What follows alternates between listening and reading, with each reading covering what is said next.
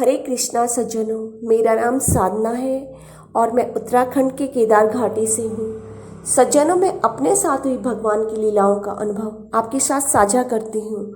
आज इसी क्रम में भगवान की यह लीला है। सज्जनों, इस लीला का मैं काफ़ी समय से वेट कर रही थी कि ना जाने कौन से पेज में यह लीला लिखी है। यह लीला बहुत प्यारी है और मुझे हंसी भी आती है आज तक कि कान्हा जी देखो मेरे साथ कैसी कैसी लीलाएं करते हैं।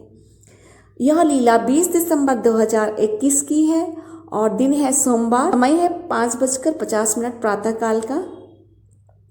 मैंने 5 बजे प्रातः जगने की कसम खाई है और अनेकों बार मैंने कसम तोड़कर क्षमा याचना भी की भगवान कृष्ण कान्हा जी से,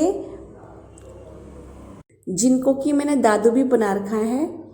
यह उस समय की लीला है सज्जनों, यह 2021 की है और अब तो मैंने उसके बाद कभी कसम भी नहीं ली क्योंकि मैं निभाती नहीं हूँ। तो यह उस समय की बात है। फिर भगवान कृष्ण ने कहा कि मेरी कसम तोड़ी है तो दादी रुक्मणी से माफ़ी मांगो। तब मैंने उनसे माफ़ी मांगी और पुनः मैंने अनगिनत बार तोड़ी और अब कृष्ण जी बहुत ही नाराज़ हो चले थे मुझसे उस समय। तो अनेकों दिनों तक वह दर्शन भी नहीं दे रहे थे। उस समय इतनी नाराज़गी उनकी थी मुझसे। इसी बीच मैंने अपनी माला बढ़ा दी और उस समय मैं आश्रम में रहा करती थी। जब मैं आश्रम में रहा करती थी तो मैं 150 माला किया करती थी प्रतिदिन और कभी कभी 200 भी कर लिया करती थी, क्योंकि उस समय मुझे खाना बनाना नहीं होता था, घर का काम नहीं करना होता था, तो मेरे पास समय रहता था तो मैं कर लेती थी इतनी माला।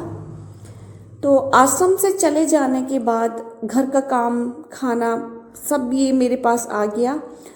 इस कारण माला प्रतिदिन नहीं कर पाती थी। कभी 50 माला कर पाती थी प्रतिदिन में और नहीं हो पाती थी घर के काम के साथ ही। कभी 10 भी नहीं हो पाती है सज्जनों, समय जैसे जैसे मिलता है। तो हाल ही में मैंने फिर पुनः माला बढ़ा दी थी और मैंने सोचा कि भगवान को प्रसन्न किया जाए, कैसे करके खींच खाच के चलते उड़ते बैठते में 100 माला कर लूँ जैसे कैसे। 2021 की यह लीला है, उस समय की बात है। अब तो 10 भी हो जाए बहुत बड़ी बात है, हो ही नहीं पाती। और साथ में मैं उस समय भागवत कथा श्रवण भी किया करती थी। और अब भगवान कृष्ण 4-5 दिन से पुनः मुझे दर्शन देने लग गए थे उस समय। तो अब मैं बहुत खुश हो गई थी उस समय फिर से। लेकिन नियमित 5 बजे उठना तो आरंभ कर दिया था, किंतु बैठे बैठे मैं सो जाती थी। मुझे पता ही नहीं चलता था कि मैं बीच बीच में मोबाइल हाथ में लिए हुए सो भी रही हूँ। इस प्रकार आज सुबह 5 बजे जगने के बाद 5:50 तक तो मैं मोबाइल पर ही रही, कुछ भी देखती रही भक्ति मार्ग का।